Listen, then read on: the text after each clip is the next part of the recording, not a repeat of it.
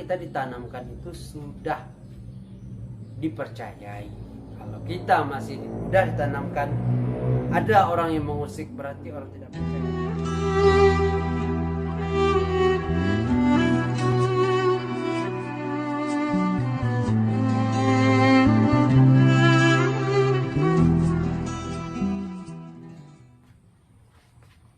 Teman-teman semua, apa kabar? Sehat selalu. Jadi pada hari ini kita akan mencoba membahas tentang sebuah bahan ini. Jadi kita santai aja ya teman-teman. Kembali lagi bersama saya di Pena Kreatif. Semoga teman-teman selalu sehat dan walafiat. Nah, pada hari ini kita lihat sebuah stok keran dan sebuah pipa. Apa makna dari tersebut? Nih, saya contohkan teman-teman. Ketika air ini saya hidupkan, saya matikan kembali. Saya hidupkan kembali, saya matikan kembali. Apa makna dari sebuah keran ini? Nah, kalau kita bawakan di dalam kehidupan, banyak kita lihat, tidak jauh, tidak bukan. Di sekeliling kita, di pekerjaan kita, atau di keluarga kita. Yang pertama, di dalam keluarga kita. Terkadang keluarga miskin, susah dikendalikan begitu saja. Seperti keran ini. Mentang-mentang keluarga kita susah, miskin, tidak punya uang, semaunya kita saja memerintah atau menyuruh. Terkadang tidak sesuai dengan ekspektasi dan realitanya, kamu marah kepada saudara. Seperti keran ini, kita hidupkan, kita matikan. Jangan, kalau di dalam keluarga, jangan kau tanamkan sifat mengendalikan keluargamu sendiri. Karena baik burukmu itu adalah kamu yang akan menanggung, kamu yang akan jadi bebannya. Kenapa? Karena ulahmu sendiri.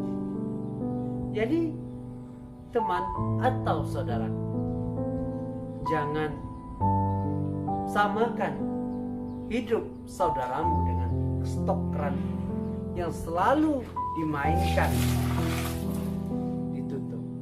Dia kalau tidak disuruh atau tidak dipegang seseorang, dia tidak akan berjalan.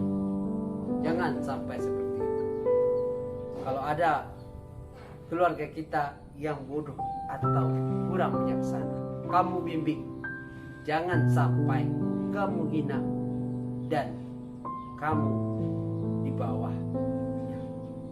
Jadi yang kedua, kalau kita ibaratkan di dalam pekerjaan kantor, kita mungkin membayangkan ada atasan, ada bawahan.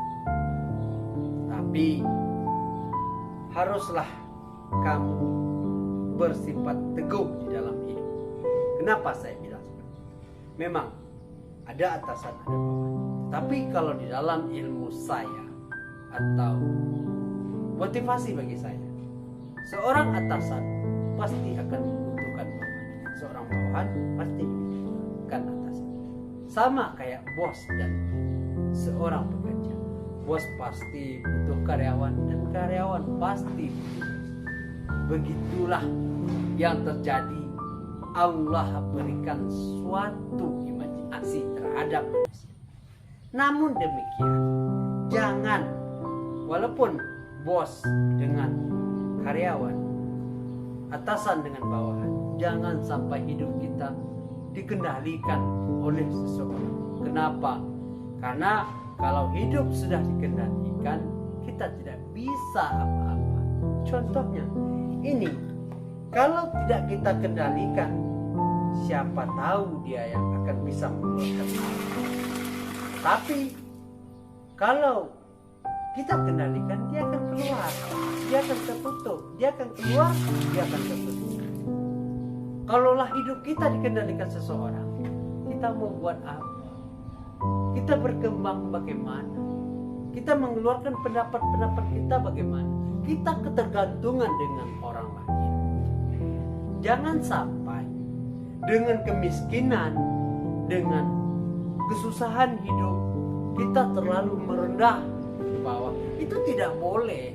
Agama tidak mengajarkan seperti itu. Tanamkanlah sifat yang membuat orang percaya. Jangan tanamkan sifat gara-gara kamu miskin, kamu meminta, kamu mengemis. Apa yang akan terjadi setelah itu? Betul, saya akui Anda mendapatkan sebuah makanan dari orang, atau uang, atau pekerjaan. Cuman sebatas itu. Setelah itu dirimu, siapa yang tahu? Tentu kalau kita sudah mulai merendahkan diri kita kepada orang, kita akan mulai dijajah dan akan mulai dikendalikan seperti ini. Ini yang harus Anda tanamkan di dalam hidup. Nah, sebuah stok keran ini bentuknya remeh, tapi bisa memaknai suatu makna dan bisa belajar bagaimana Allah ciptakan alam di muka bumi ini sebagai petunjuk. Alam tak gampang jadi guru, bakat berang. Jadi kepada teman-teman dan saudara semua, yang ketiga, di dalam masyarakat kita membuat suatu organisasi atau suatu dikatakan ibu-ibu PKK, karena kita masih kecil, umur kita masih muda, lalu ada senior untuk menggurui kita. Boleh-boleh saja kita terima usulannya, tetapi jangan sampai berlebihan. Kenapa saya bilang seperti itu? Kita dibentuk suatu organisasi, dipercayakan dan dirangkum oleh suatu masyarakat. Itu bukan kehendak kita, tapi kehendak masyarakat tersebut. Jadi kalau kita mengikuti sebuah organisasi, kalau sudah diatur atau dikendalikan seseorang, boleh dikatakan dia senior lah dari kita, kita harus menghargai. Boleh saja kita hargai dia, tapi jangan dikendalikan seperti ini. Ditutup, dibuka. Sesuatu kinerja yang kita buat, sesuatu arahan yang kita buat, kita harus permisi terlebih dahulu kepada dia. Apakah organisasi itu jalan? Tidak. Apakah organisasi itu akan sempurna? Tidak. Kenapa? Karena sudah dikendalikan seseorang. Apalagi seseorang itu yang tidak baik ilmunya dan karakternya. Jarang. Kadang orang yang sudah menjabat menurunkan jabatannya kepada bawahannya. Itu mengikhlaskan itu susah. Terkadang di zaman dia jabatan kurang bagus, tetapi di zaman karyawannya dia akan menjadi atasan luar biasa. Nah, di sini banyak juga terjadi kecemburuan. Seolah-olah dia mendekatkan kembali dan dia untuk berusaha untuk mengendalikan. Jadi kepada teman-teman, ada 3 hal di dalam hidup. Yang pertama di dalam keluarga. Jangan sampai kalau seandainya keluarga kita yang tidak punya apa-apa, kita remehkan dan kita kendalikan. Yang akan susah bukan orang lain, tetapi kita juga sendiri.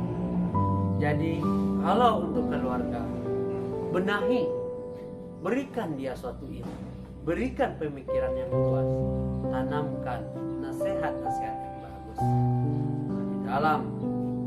Yang kedua, di dalam perkantoran, jangan sampai Anda menanamkan suatu hal yang tidak bagus, atau boleh dikatakan kodak lah. Anda menyimpan suatu kodak.